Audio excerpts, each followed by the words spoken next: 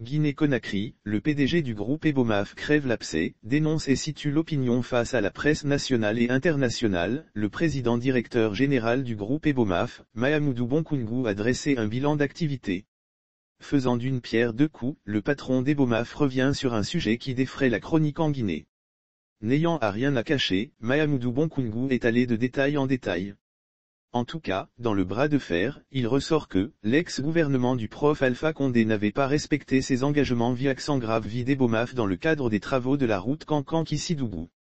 Détaille la conférence de presse tenue à Ouagadougou par le PDG du groupe Ebomaf, se trouve une polémique née de propos de journalistes tenus dans la chronique « Les Grandes Gueules » diffusée sur la chaîne guinéenne Espace TV. Et pour éclairer la lanterne du peuple guinéen en vue de recadrer l'opinion de ce pays infecté par l'ignorance sur le dossier, la direction du groupe Ebomaf livre sa part de vérité. De quoi est-il question exactement? En Guinée-Conakry, le groupe Ebomaf a gagné le marché des travaux d'aménagement et de bitumage de la route Kankan-Kissidougou.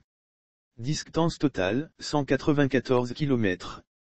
La réalisation des travaux va permettre à la Guinée-Conakry de relier la Haute-Guinée à la Guinée forestière. Seulement les travaux ne sont pas allés au bout, car Alpha Condé en a décidé autrement. À en croire le PDG du groupe Ebomaf, c'est ce travail qui est sa toute première contact entre son groupe et la Guinée-Conakry et cela remonte en 2012. L'entreprise propose à l'État de financer et d'exécuter des travaux routiers. Le ministre des Travaux publics, d'alors, Ousmane Béa, exige à l'entreprise des preuves de son expertise. C'est alors qu'une mission est vite organisée par le groupe Ebomaf. À bord d'un avion de la filiale Lisa Transport International, LT, le ministre Béa se rend à Ouagadougou puis au Togo, où il visite de grands chantiers du groupe. Au terme de cette visite, le membre du gouvernement a produit un rapport au gouvernement guinéen. Comme retombée, les responsables du groupe Ebomaf sont invités en Guinée-Conakry. D'après la version des faits, lors de cette invitation, les hôtes du président Alpha Condé visitent deux tronçons Kankan-Kissidougou et Kankan-Mandiana. Nous sommes en avril 2012. Le groupe va faire une offre de partenariat public-privé à l'État guinéen pour la construction des deux routes. L'offre consiste à trouver les financements, à exécuter les travaux et à faire payer par l'État les coûts des travaux sur une certaine période. Proposition acceptée et le 30 décembre 2013, les marchés sont approuvés, les travaux de la route Kankan-Kissidougou de 194 km, pour un coût de 305 millions d'euros est attribué entièrement au groupe Ebomaf.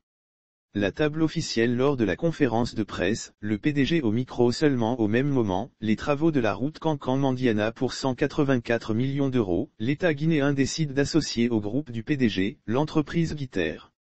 Ebomaf est le chef de file de ce groupement avec une part de 51%.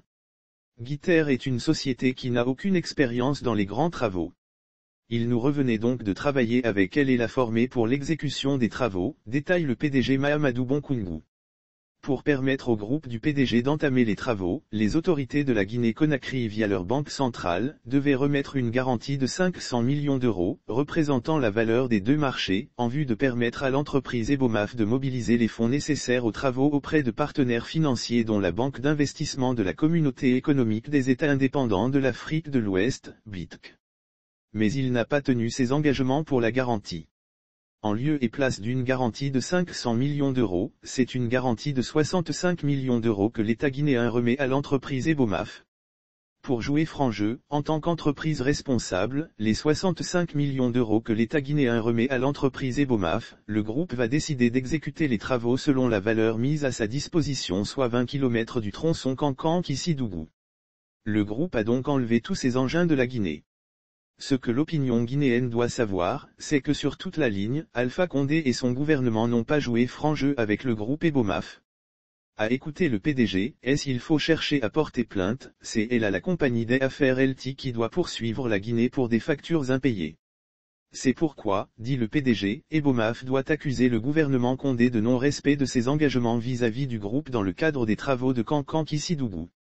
Les règles du jeu changent. L'homme d'affaires dit avoir été surpris d'entendre, le jour du lancement simultané des travaux des deux routes, que la présidence de la Guinée ne voulait pas lancer les travaux de construction de la route Kankan-Mandiana.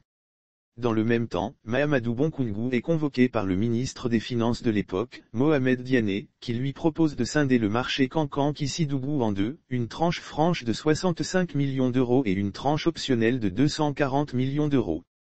mais le PDG d'Ebomaf refuse la proposition.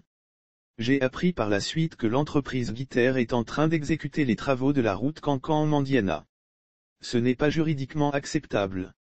Depuis la signature des marchés jusqu'à maintenant, le président Alpha Condé et moi n'en avons plus parlé, a déclaré Mahamadou Bonkoungou. Il explique par la suite avoir signé la tranche ferme de 65 millions d'euros proposée par le ministre Mohamed Diané. Ce dernier a justifié cette situation par le fait que le Fonds monétaire international avait mis un veto sur les contrats. La presse lors de la rencontre avec le PDG et son groupe la rencontre avec la presse locale et internationale, faut-il le préciser, vise à recadrer l'opinion guinéenne qui visiblement, est infectée par son ignorance sur ce dossier.